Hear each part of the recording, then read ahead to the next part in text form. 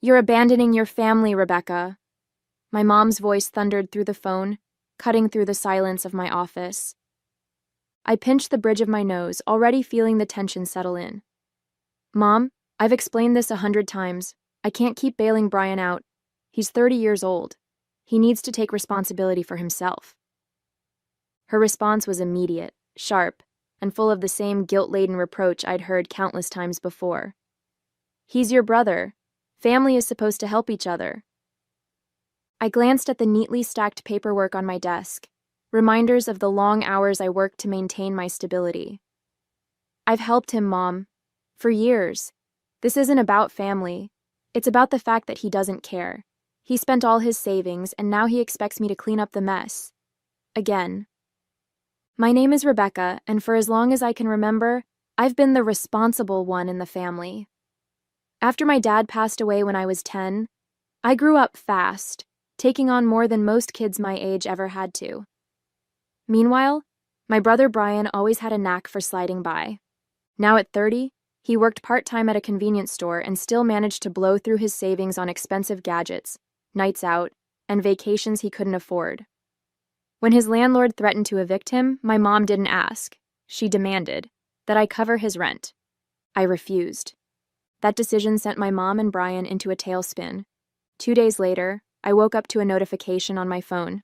My heart sank as I opened Facebook and saw a long post from my mom. Family should stick together, but sadly, not everyone believes that. Some people would rather abandon their own blood than lift a finger to help. It's a shame when greed comes before family values. I'm truly disappointed. The comments poured in. People I hadn't seen in years chimed in, offering sympathy and criticizing me for being selfish or uncaring. And then there was Brian's post. I never thought my own sister would leave me out in the cold, but I guess money means more to her than her family. At least I know who really has my back. Thanks, Mom. The words stung, but not as much as the betrayal. They were painting me as a villain to everyone we knew, twisting the story to make me look heartless. I put my phone down and stared out the window, anger bubbling under the surface. I had sacrificed so much for them over the years, and this was how they repaid me? Publicly shaming me for setting boundaries? But as the anger settled into something sharper, I made a decision. If they wanted to turn this into a public spectacle, I was ready to fight back. After seeing those Facebook posts, I couldn't shake the anger coursing through me. I had tried so hard to be the dependable one, to take care of things for the family after my dad passed. But this was too much. I sat down at my kitchen table, my laptop open in front of me, replaying the past few years in my head. How many times had I stepped in to help Brian? Too many to count. When he lost his job 2 years ago because he stopped showing up, I covered his bills until he found another one. When his car broke down, I gave him the money to fix it, only to find out later he'd used it to buy concert tickets instead. And when he borrowed money to get back on his feet, it went straight to designer sneakers and online shopping. The worst part wasn't even Brian's irresponsibility. It was my mom's unwavering defense of him. Boys are different, she'd say whenever I brought it up. He just needs time to figure things out. That time had turned into years of excuses, and now, with those Facebook posts, she'd gone from making excuses to outright vilifying me. I opened my email, intending to respond to a work inquiry, but I couldn't focus. The knot in my stomach wouldn't let me move on. Enough was enough. Later that evening, I called a lawyer. I explained the situation, my voice shaking with frustration as I detailed the posts and the damage they had done to my reputation.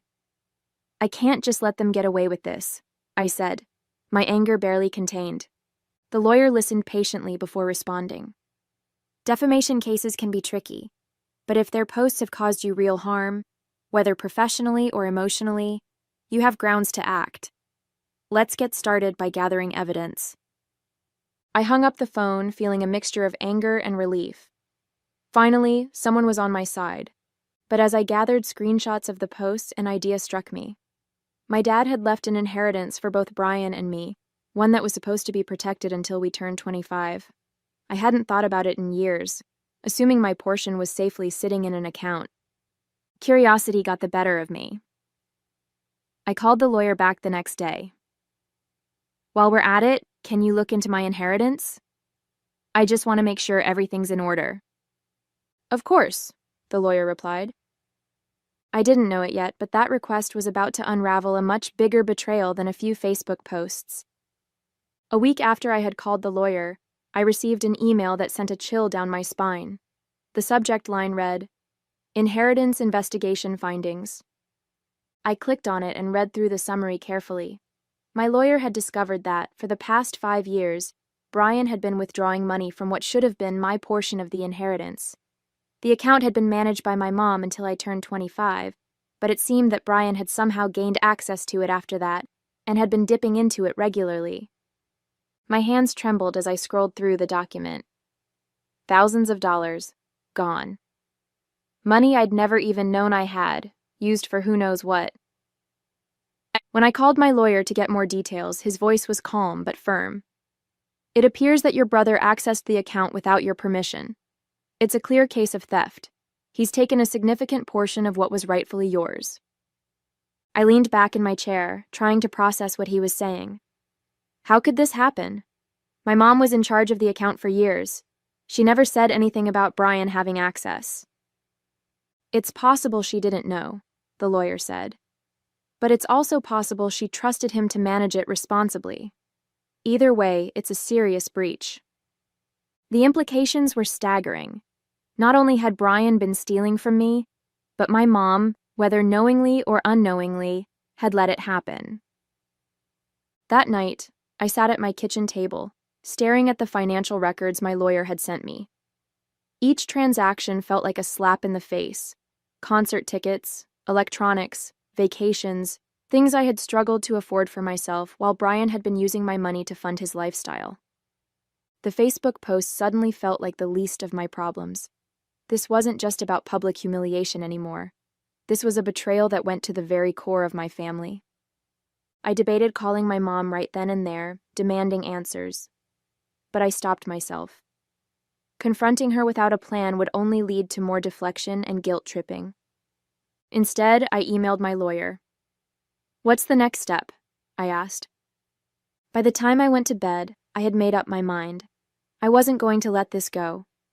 For years, I had been the one who sacrificed, the one who kept the peace while Brian got away with everything. Not anymore.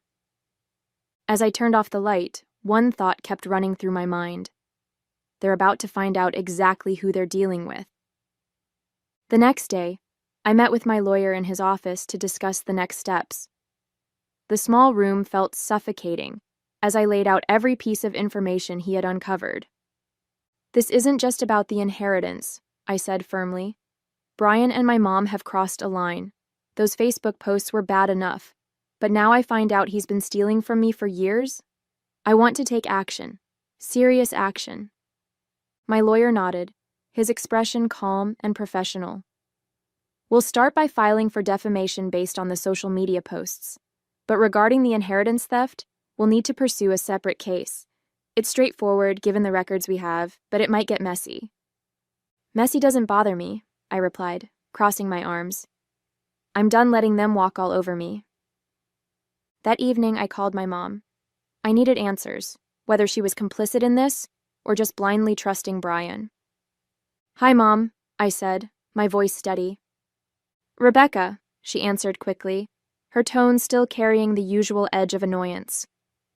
"Are you calling to apologize?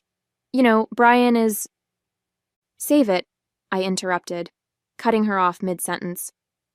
"I have some questions about Dad's inheritance, specifically about why Brian has been accessing my portion." There was a long pause on her end. "What are you talking about?" she finally asked, her voice tinged with confusion. Or was it guilt? "I had a lawyer look into it," I said. "For the past 5 years, Brian's been withdrawing money from my share. Thousands of dollars, Mom. Did you know about this?" Her hesitation spoke volumes. "Rebecca, it's not what you think," she said finally. "Brian, he needed help. He promised me he'd pay it back." My chest tightened, a mixture of anger and disbelief washing over me. You knew? You knew he was stealing from me and you didn't say anything? I didn't think it was stealing, she said defensively. It's family money. He was in a tough spot, and I trusted him to handle it responsibly. I laughed bitterly. Responsibly? He's been blowing it on vacations and gadgets while I've been working myself to the bone, and you let it happen. Rebecca, please, she pleaded. You don't understand. Brian's been struggling. I thought you'd be okay without it. That's not your call to make, I snapped. I trusted you to protect that money and you handed it over to him like it was nothing. Do you have any idea how betrayed I feel right now? She tried to argue, but I couldn't listen anymore. This conversation is over, I said coldly. You'll be hearing from my lawyer. As I hung up, a wave of clarity washed over me. For years I had let them manipulate me, guilt me into submission. Not anymore. This wasn't just about reclaiming what was mine. It was about finally standing up for myself. The fallout from that phone call was immediate. The next morning, my phone lit up with missed calls and frantic messages from my mom. Her tone in the voicemails shifted between defensive and desperate. Rebecca, you can't do this. Brian didn't mean any harm. Followed by, let's just sit down and talk about this as a family. You don't need to involve lawyers. But I didn't respond. I felt a sense of control. This wasn't just about the money anymore. It was about setting boundaries, about making it clear that I wasn't going to be their doormat any longer. Brian, of course, took a different approach. Later that day, I logged into Facebook to find a new round of posts aimed at me. First, she refuses to help her own brother. Now she's threatening to sue her family over money. Greedy, selfish, and heartless. Some people really show their true colors when it comes to cash. I stared at the post, my jaw tightening. The comments were filled with the same crowd of enablers from before, chiming in with their unsolicited opinions. She sounds awful. Family should come first, no matter what. Brian, you're better off without her. And I took a screenshot and sent it to my lawyer without a second thought. The next day, I met with him again. We're filing both cases, he said. The defamation suit is straightforward. As for the inheritance, we have more than enough evidence to prove theft. But you need to be prepared. This is going to strain your relationship with your mom even further. I leaned forward, my expression hard. It's already strained beyond repair. Let's do it. He nodded. One more thing. If this goes to court, Brian will have to explain where the money went. Are you ready for that? It could get ugly. A part of me hesitated. Did I want to know how deep this betrayal ran? But then I thought about the years I'd spent sacrificing for a family that never appreciated me. I'm ready, I said firmly. That evening, I got another call from my mom. This time I picked up. Rebecca, she said, her voice trembling. I talked to Brian. He told me some things about the money. I didn't know it was this bad. What did he tell you? I asked, my tone sharp. Her silence spoke volumes. I'm sorry, she finally whispered. I didn't realize how much he'd taken. I should have stopped him. Her words felt hollow, but I let her continue. I'm going to talk to him again. We'll figure this out. Just, please don't take this to court. I closed my eyes, taking a deep breath. It's out of my hands now, Mom. You should have thought about this years ago. As I hung up, I felt a mix of anger and relief. She was starting to see the truth, but it was far too late to undo the damage. A week later, my lawyer called with an update that caught me completely off guard. We've been reviewing additional financial records, he began, his tone calm but serious. And it turns out Brian hasn't just been dipping into your inheritance. He's also been misusing some of your mom's accounts. I froze. What do you mean? It seems he's been accessing funds from an account your mom set aside for her retirement, he explained. We found consistent withdrawals that match the same pattern as the ones he made from your inheritance. For a moment, I couldn't find the words. My mom had been so adamant about defending Brian, so blind to his faults, and now he'd stolen from her too? Does she know? I I asked finally. Not yet, he replied. But if we proceed with both cases, this information will come to light. I hung up the phone, my mind racing. As much as I was angry with my mom for enabling Brian, the thought of her losing her retirement savings made my stomach churn. Later that evening, I called her. Mom, I began, my voice steady. I need to tell you something, and it's not going to be easy to hear. What is it? She asked, her tone weary. I explained what the lawyer had uncovered. The silence on her end was deafening. He took my money? She finally whispered, her voice shaking. Yes, Mom, I said, softening my tone. I didn't want to tell you this, but you deserve to know. Brian's been stealing from both of us. Her response was a mix of shock and devastation. I can't believe this, she said, her voice breaking. I trusted him. I trusted him with everything. You shouldn't have, I said gently. I know you love him, but you've been enabling him for years. This is what happens when there are no consequences. She began to cry, and for the first time I felt a pang of sympathy for her. As much as she had hurt me, she was also a victim of Brian's selfishness. What do we do now? She asked through her tears. We let the legal process play out, I said firmly. This isn't just about the money anymore. It's about accountability. The following days were tense. My lawyer filed both cases, and I could feel the weight of the upcoming confrontation pressing down on me. I knew it wouldn't be easy, but I also knew it was necessary. For years, I had allowed my mom and Brian to take advantage of my kindness. But this time, I was standing my ground. It was time for them to face the consequences of their actions, no matter how much it hurt. The first court date arrived sooner than I expected. Sitting in the courtroom, I felt a mixture of anticipation and dread. On one side, I wanted justice for what Brian had done, for the years of entitlement, for the theft, for the way he had painted me as the villain. But on the other side, I knew this process would be painful, dragging our family's darkest secrets into the light. When Brian entered the courtroom with my mom, his smug expression made my blood boil. He had the audacity to look bored, like this was just another inconvenience in his life. My mom, however, looked completely defeated. She avoided my gaze, her shoulders hunched as though the weight of everything had finally caught up to her. The lawyer presented the evidence methodically. Transaction records, bank statements, and screenshots of the social media posts were laid out in black and white. Each time my lawyer spoke, I could see Brian shifting uncomfortably in his seat. And when it came time for Brian to speak, his tone was predictably deflective.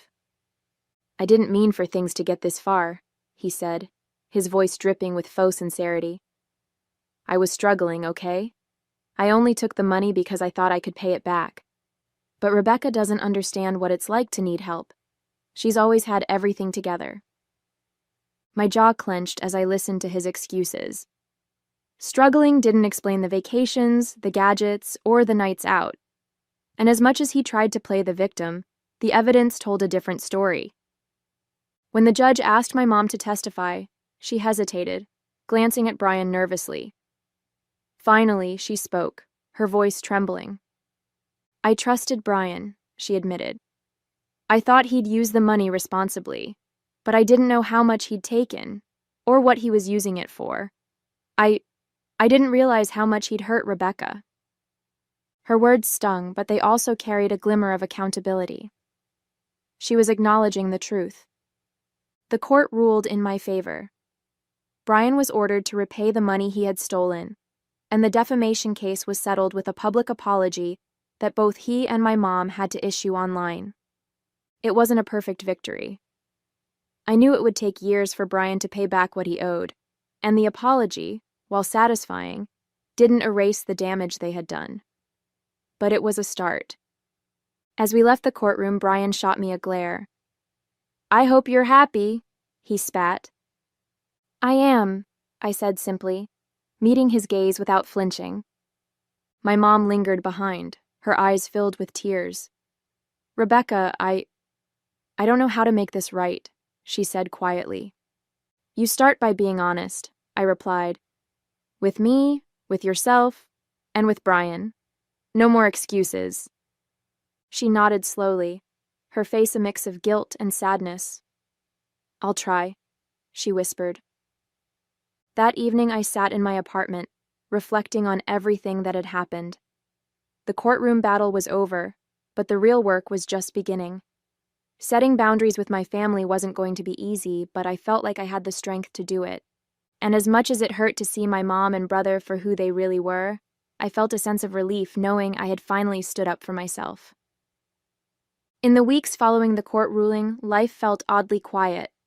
I wasn't inundated with calls or messages from my mom anymore, demanding that I be there for Brian or solve their latest crisis. It was as though the verdict had forced her to take a step back, or maybe she was just too embarrassed to face me. But the silence didn't feel empty. It felt like peace. One afternoon, as I sorted through my bills at the kitchen table, my phone rang. The caller ID flashed my mom's name. For a moment, I considered letting it go to voicemail, but something compelled me to pick up. Hi, Mom, I said, keeping my tone neutral. Hi, Rebecca, she replied, her voice hesitant. I've been thinking a lot about everything. About the inheritance, the court case, Brian. I waited, unsure of where this was going. I didn't want to believe it at first, she continued. But I can't ignore the truth anymore. You were right. About him, about me. I let him take advantage of you, and I stood by while he hurt you. I'm so sorry. Her words hit me harder than I expected. For years I had dreamed of an apology like this, but now that it was here, I didn't know how to feel. Thank you for saying that, I said finally. But it's not just about apologizing, Mom. It's about changing. For years I've let you and Brian treat me like I didn't matter. That has to stop. She sighed. I know. I've been thinking about how I can do better. I just hope it's not too late to fix things between us. I didn't respond right away.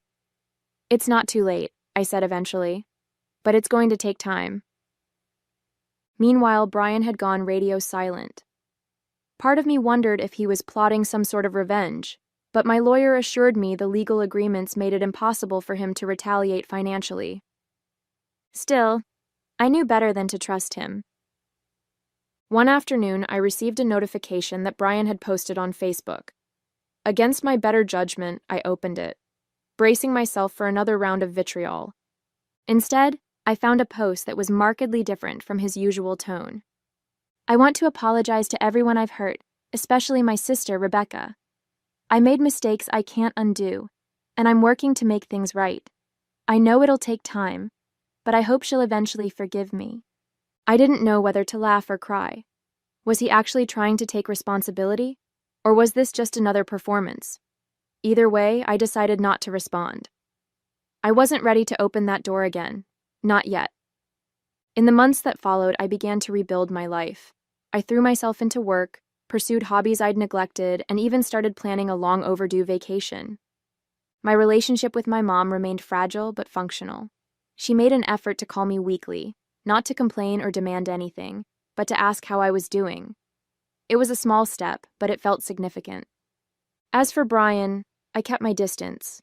The court had forced him to pay back the money he had stolen, but I knew it would be years before I saw most of it.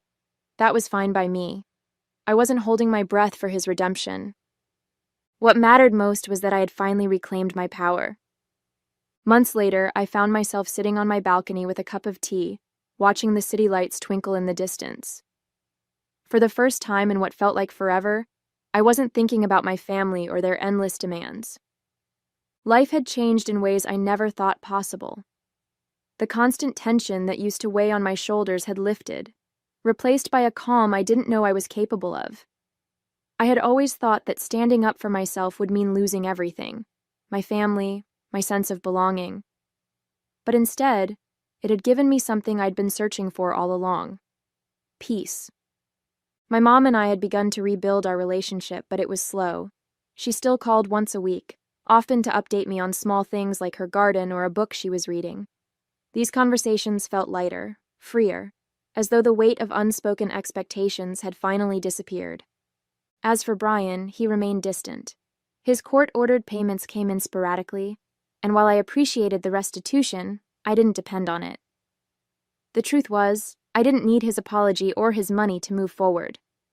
I had learned to stand on my own, not out of anger or spite, but out of respect for myself. And that was enough. As I reflected on everything that had happened, I realized the most significant change wasn't in my family, it was in me. For years, I had been caught in a cycle of seeking approval from people who only seemed to take me for granted. I had bent over backward to support my family, sacrificing my own happiness and stability in the process. But standing up for myself, even when it was hard, had shown me a different path. My mom's tentative efforts to rebuild our relationship were a small comfort. She was trying, in her own way, to make amends. While I didn't fully trust her yet, I could see glimpses of the mother I'd hoped she could be, someone who cared about me for who I was, not just for what I could provide. Brian, on the other hand, was a different story. His attempts at public apologies felt hollow, and I wasn't ready to let him back into my life. Maybe one day I'd be able to forgive him, but that day wasn't today. What mattered most was that I had learned to set boundaries, to value my own time and effort. It wasn't easy, and there were moments when I doubted myself, but I knew now that standing up for my worth was always the right choice. As I sipped my tea, I felt a quiet sense of pride. My family might not have changed completely, but I had, and that was enough. The peace I'd found was hard-earned, and I wasn't letting it go.